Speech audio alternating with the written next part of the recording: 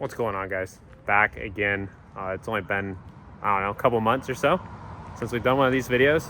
Today though, we are gonna do a handbrake extension install on Mr. Sean Santos's 350Z. Thank you, sir. Yeah, no problem. So we're gonna cover doing the drum adjustment on the rear, properly going over that and how to do it, as well as installing the handle extension that I just came out with, which should be floating around here somewhere. So if you guys follow me on social media, you've seen this before. It's a handbrake extension to go over your stock handbrake. Probably adds about 9 inches of additional leverage. Comes with your set screws and as well as an Allen wrench. If you choose, we do offer drift buttons to go with these, but entirely up to you. You can decide that at the time of purchase. But we did test it at Spring Break Bash with good success. Matt had it in his car, enjoyed it. We'll go over that here in a second and kind of show you guys what that looks like in the car before we put this one in. Trying to provide some products that some people may want that aren't really quite on the market. So this was something that came up with and thought was a very useful design to have. So you'll be able to retain your factory handbrake with using a drift button, and then you have the additional leverage with the handle itself. So like I said, today we'll go over installing that actual handle as well as the proper adjustment for the drums. Seems to be there's a lot of misconception that the drum handbrake on the Z's are no good. That's not the case. I've had great success even with worn pads. So all right, so oh damn, Sean's door dinging his car already. All right, so we're gonna get ready. We got the car down on the left. We're gonna go over the extension itself first. So I'm gonna get in the passenger seat, kind of walk Sean through this. It's pretty straightforward. If anybody's worked on one of these cars, you kind of know how it operates. Center console's got to come out. Your shift boot's got to come out, and we'll pretty much get started and go over it. So we'll pull the shift knob off here.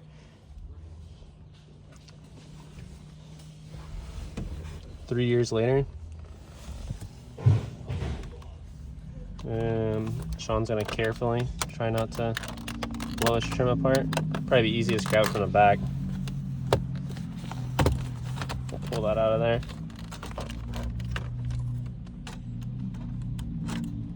You just have to unclick your AC controls. Maybe. Really testing these skills right now.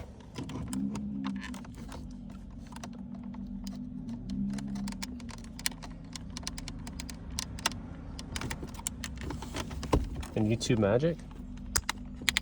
All right, shifter trim's off. Just kidding, it's still here. Come on, Sean. Don't show people how difficult this is to do. Bro, chill. Hey Matt, did it take you this long to pull the shifter trim out? We're still trying to disconnect the plug. Look. You know, we can always just like leave it up to the side. Sean's really struggling. Shit don't sound bad. Sounds good. You want to give it a try?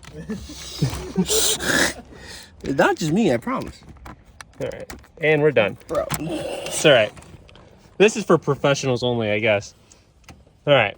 So now after you get your Take that drift Q your shirt shift off. boot out, Fuck, can't talk. you're gonna undo your center console screws. You've got 2 up front. You've got one that's hidden underneath your ashtray. If you do have an ashtray, some of you guys probably don't.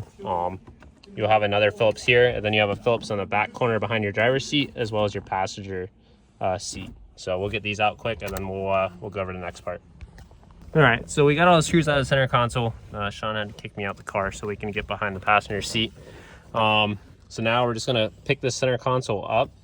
It is a little bit difficult to navigate it in the car with your handle here, so kind of leave it in the up position, and if you have to, lift it up a little bit higher. But once you get that out, you are gonna have one connection underneath the center console. That's gonna be for your hazard buttons. Sean actually didn't have his plugged in, so that's kind of another reason why we're doing this here. You'll notice this is unplugged. This is a yaw sensor. This actually completely disables all traction control and ABS. A lot of people seem to think that you have to cut the fuses. If you actually just unplug this sensor here, it will allow you to do it. There's videos out there about putting this onto a switch. Really, if you want to keep a stock car, I would recommend doing that. But ultimately, this is the quickest and easiest way of disabling all traction control to drift in a Z or a G. As well as having no lights on the dash. Yeah, as well as having no lights on the dash. You have minimal. It does say slip and it does say VTC. Outside of that, though, your cluster is not a Christmas tree. So if you want something simple, go ahead and disconnect that. But back to the extension itself. Once you've got your column, your center console out, and you've got your shift trim out, then we're going to move on to the handle itself. You're going to notice there's 2 clips on either side. We're going to want to pick those out. My best way of doing it so far has just been a flathead screwdriver, kind of just getting behind it. Be careful doing it though. They do want to fly, so just be mindful of that. So we'll go grab a flathead really quick and we'll go over that. All right, so we're back. Got our flathead screwdriver. So we'll give that to Sean.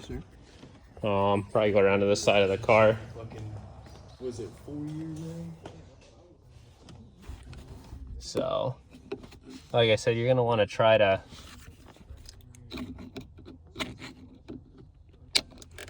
get that off. Sean did a good job. He kind of just covered the side of it.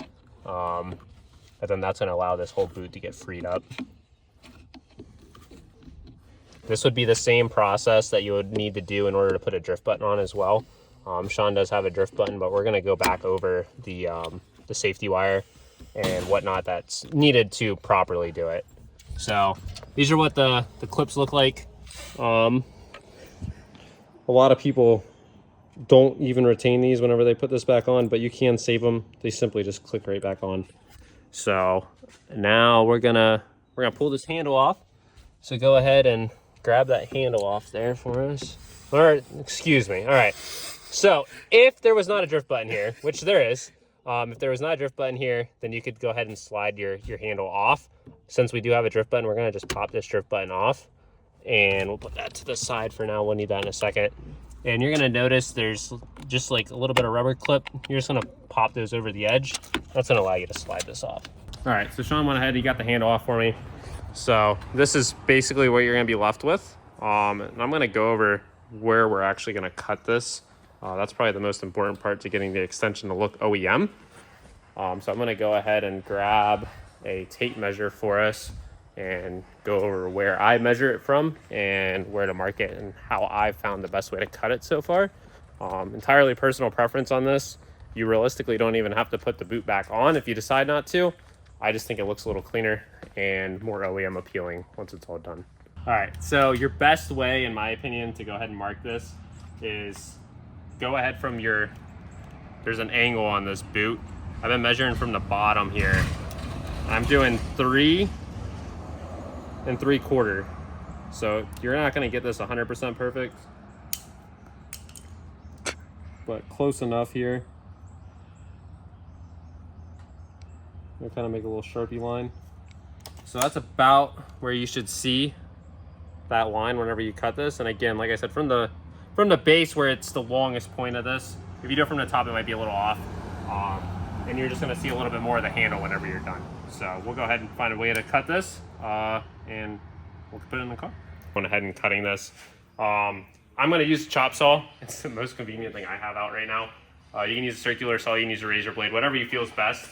Go ahead and cut it on that line, pretty self-explanatory.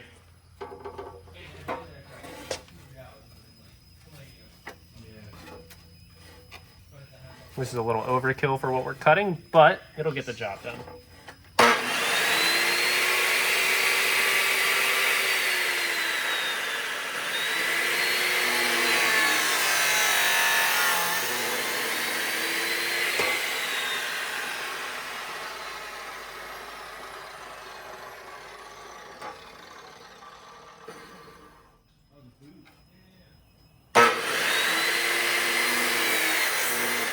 All right, so this should be about what you're left with. Pretty clean, flat cut. Like I said, that chop saw was a little overkill. Probably could have got away with just using a razor blade. But like I said, it was the most convenient thing I had at the time. So what we're gonna do now, I brought some safety wire over. Sean told me whenever he put his drift button in, he used welding wire. So the big misconception on Z's is that once you go put a drift button in, there's no way to actually retain the factory handbrake. That's not true. As you can see, Sean's actually got this up in a position and he's able to utilize the handbrake. If we can get it up. And now I can't get it up.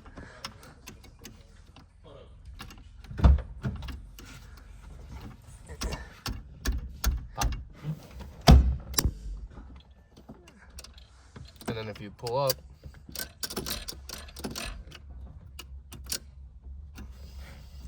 so like Sean demonstrated, not me, you can still retain the factory function with this wire installed. So we're gonna go ahead and we're gonna install actual safety wire. I include these with all the drift buttons on the site. So if you buy a drift button from me, you'll actually get the safety wire needed to do it. We'll go over the process of how to do it and what it ends up looking like when you're done. oh, So we're back in the car. We're gonna go over trying to install this safety wire the easiest way possible. So what you're gonna do is there's a plastic slide here. It may be kind of hard to see, but back here behind this actual metal piece is where there's an opening on this plastic. What you're trying to do with this wire is connect this plastic to this metal lever. That's what's actually actuating this handbrake to stay up. And once you push this button down, that's what flips this lever to allow the handbrake to go back down. So what we're trying to do is connect these two pieces again. Factory, there's a spring here. The spring's what creates that rebound that you would traditionally see with a factory handbrake. This spring's allowing us to do it manually, so it's connected as two pieces. So we're gonna go ahead and start on that. Like I said, we're gonna wanna try to feed this down behind here to get behind this metal slide, which it can be a little bit cumbersome to get it all in. Once it's in there though, you don't have anything to worry about. Once you get it fed through that opening on the slide like we were talking about, you can see here we've got it behind this lever. So you're going to want to try to feed some extra slack here. Probably easiest to do it with some pliers. Go ahead and pull that slack through there. So you've got pretty equal. I give a pretty lenient amount of safety wire whenever I give these to people. You might break it. Highly doubt you would do that, but just in case. So once you get it here, you're just going to want to kind of spin it together like safety wire is intended, and give a couple good twists. Grab some pliers and spin this together here.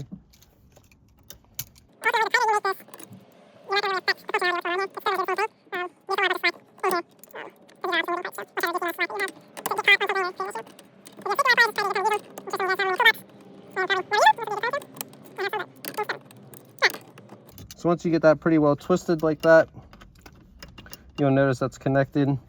Probably spin it just a little bit more. So now those pieces are connected. So now they're one. So like we were talking about earlier, where if you were to go ahead and pull this out, it's going to lock. And that's all because the safety wire is connected here. You push that down, it's going to go ahead and release that. So we'll leave a little bit here. That way it doesn't unwind. But we'll cut off a little bit of excess and then just kind of tuck this in here, and we'll be able to slide our boot back on. So we got dikes. We got plenty of dikes. All right. So once you get this pretty well spun up here, you're just gonna go ahead and, like I said, cut your excess. What you laughing at? Matthew.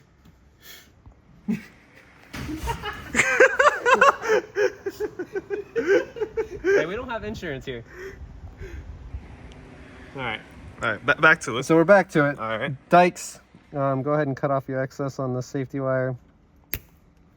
Don't leave that in your car, or if you want to, I guess that's fine. But so once you cut off your excess, I was a little generous. I left a little bit more than I generally would.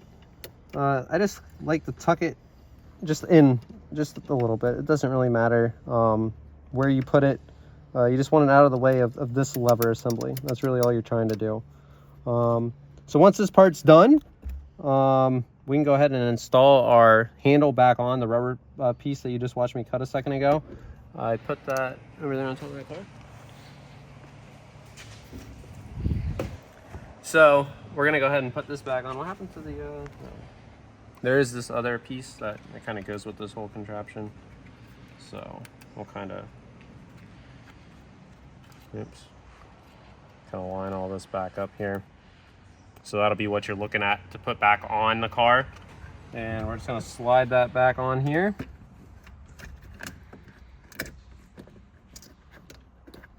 And like I said, this is why I want to go ahead and cut and tuck this wire, as that's going to be the only time that it really interferes with anything. And then we're going to want to connect these clips back on, which you watched Sean take off earlier. So once you get those reconnected here, it'll all be done. So now we've got our plastic clips back over. We can take those metal clips that Sean saved and managed to not fly across the car. It should be in that ashtray, maybe not. So now we're gonna go ahead and put these back on. You're gonna wanna have this dome side facing away from the handbrake. So we're just gonna go ahead and push to squeeze those right back on. And that's gonna hold that handle in place. And now this grip's secured. So this is gonna allow for enough space, that 3.75, 3 3/4, however you wanna put it. That's gonna allow for that extension to go here. But since we have all this off right now, I wanna go over the proper way to actually adjust your handbrake cables. And what you see here is this is a rod with a 10 mil nut. So what this is that's connecting to your cables that are running underneath the car. And that goes to the cables that connect to your drum in the rear. So whenever you start this process, everybody just tightens the drum, or they want to just tighten the handle. You can't tighten just one or the other. You have to do them both. There's kind of a sequence to it. So you want to go ahead and loosen this 10 mil nut until it's flush at the top of this rod. That's going to allow you to get the most adjustment out of the back of the drums. So we're going to grab a 10 mil and go ahead and back this nut off all the way to the edge. And then we're gonna grab the wheels off the back of this car and go over doing the actual drum portion. So we got our necessary tools to go ahead and loosen this handle up. You wanna grab a deep 10 and pretty decent length extension and a ratchet. And you're basically just going to wanna loosen this guy up, like I mentioned earlier, until it is flush.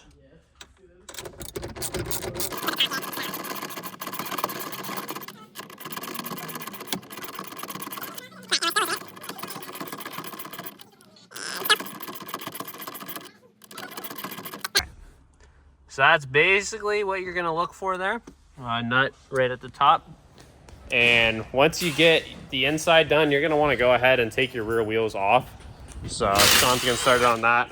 We're gonna take the rear wheels off and we're gonna actually tighten the drum assembly.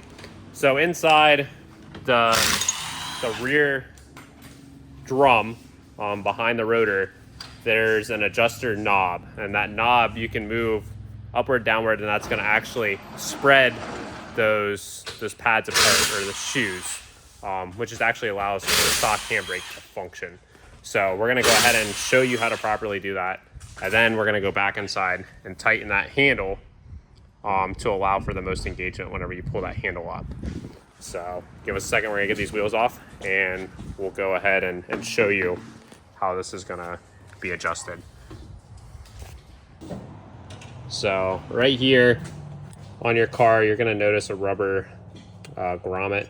If you don't have a rubber grommet, it's okay. It's just to kind of help prevent keeping any dust or debris going inside to this drum assembly. If you've had this off before, you can see there's a bunch of moving parts, springs, shoes, and other things. So to have this actually capped off is a smart thing. But if you don't have it, it's not the end of the world. And we're gonna go to the other side. You can see it's gonna be the same thing. You're just gonna have that rubber cover there. So we'll have to spin this and go ahead and locate it to the upper portion here. And that's how we're gonna view that adjuster. So like I just said a second ago, we're gonna wanna move this up to the top. Wanna pop this little dust boot out. That'll give you access to inside. It's probably gonna be a little difficult to show, but inside, like I had mentioned earlier, there's gonna be a small like knurled adjuster. with a slide that kind of comes out, and that's what actually separates. So the farther out that is, the closer it's going to be to the actual rotor itself. So when this isn't adjusted tight, you'll be able to move this pretty freely, like you can see here. What we're going to want to do is we're going to want to tighten that to the point that it starts to drag on the rotor. Once it starts to drag on the rotor, we're going to just want to back it down a little bit, maybe like 1 or 2 like quarter turns. That way the car actually still moves free. And then from there, we're going to tighten up all the slack in the cables by the handle, which is what we just loosened.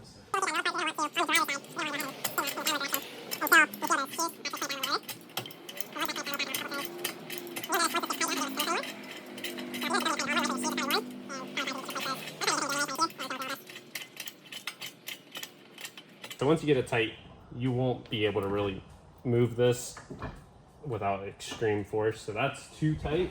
So we're gonna want to back that off just a bit. So I'll go like 2 quarter turns. You'll notice now this spins free like it did earlier. So that's what you're looking for. You want it to be able to still spin free, but you want it as tight as possible. So you want to minimize the amount of space that those pads have to travel before it engages on the actual rotor. So once you get done with that and you get it adjusted, you're going to want to go ahead and put your dust cap back on, and then repeat the same process on the other side. Once you get both sides done, you get your wheels back on. We'll go over what goes on the handle on the inside. Pretty self-explanatory. We'll just tighten that nut down, but we'll show you that and getting the interior back in. Just got done tightening the drums. As you can see, there's no drag. So made sure that the wheel still spins free. If you leave this too tight, you are going to smoke your shoes. You are going to smell brake. If that's the case, you're going to have to go ahead and take the wheel back off. You're going to have to loosen the drum up. So be mindful of that. Please take the time. Make sure that you don't have any drag whatsoever at the wheel, because it's just going to be a bad time. I don't know how else to put it. No matter what you do at this point, you can't fix the shoes if they're too tight.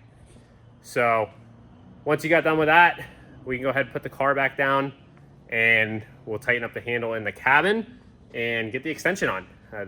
So once you get your drums tightened, wheels back on, at this point, everything's left to do is inside the car.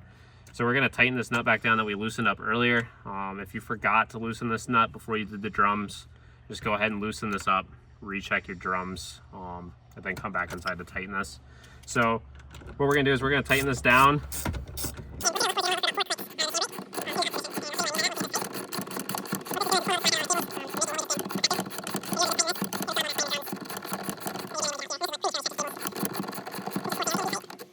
So as you can see, we have very little movement here. I'm gonna pick up, so pull out my actual lever.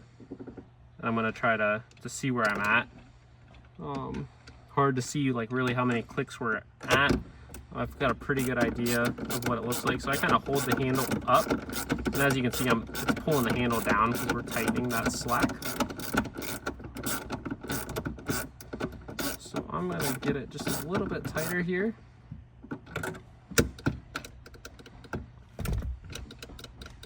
And that feels just about right to me. You can actually hear the drum engagement in the back, which is a good sign. So I'm gonna leave this here. I'm gonna go ahead and install the center console back on. So what you're gonna wanna do is make sure, unlike Sean earlier, we saw he didn't put his hazard button back in, so plug everything back in that you need to. We'll make sure that we get this orientated the right way. So we're gonna go ahead and click that down. And the difficult part here, since we already tightened this, is gonna be trying to slip this handbrake through. All right, so I was struggling to get the handbrake up enough to actually slip the center console over, so I went probably a little too tight. So I just backed off that cable a little bit. So now I'm gonna be able to slide this down over and get this into place. And like I said, I'll go ahead and show you where you can access that. Just a little bit difficult to get it as tight as you really want it through this hole, which you could enlarge that hole if you wanted to, but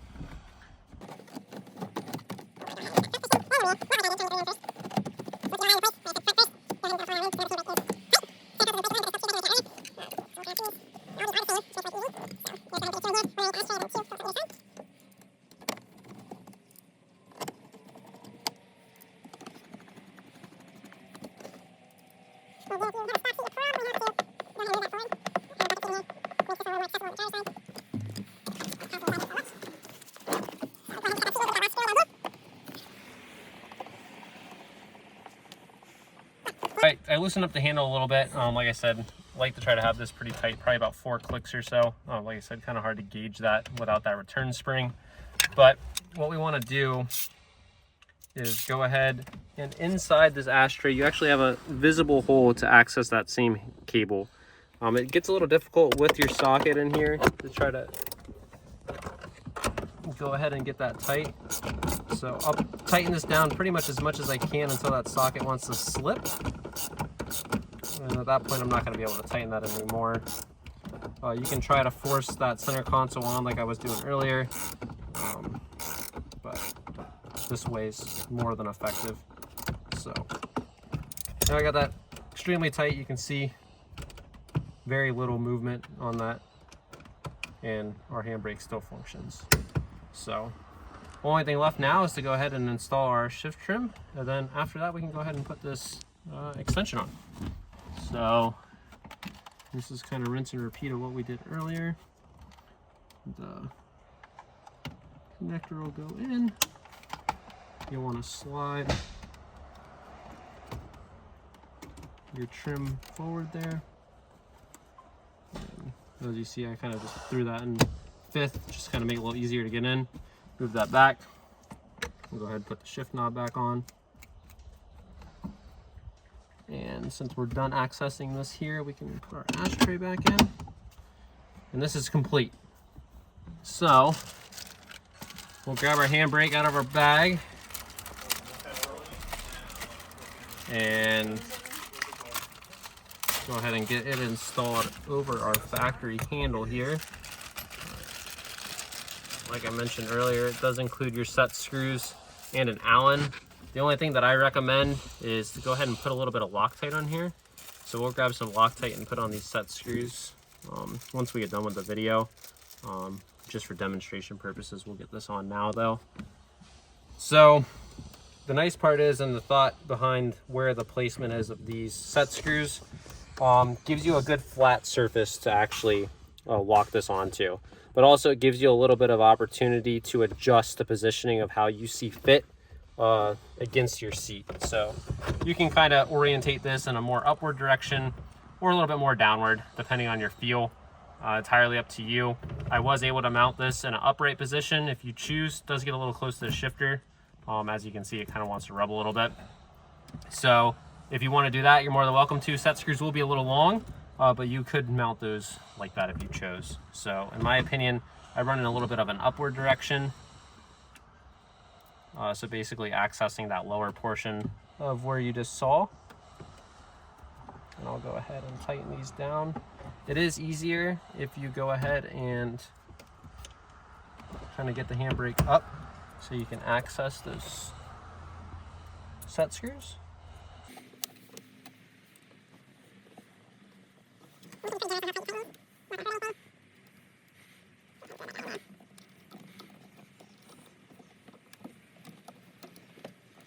All right, so now we've got our extension secured on our factory handle. The only thing left to do is to put your drift button back on, and these are super simple to install if you've never installed one before.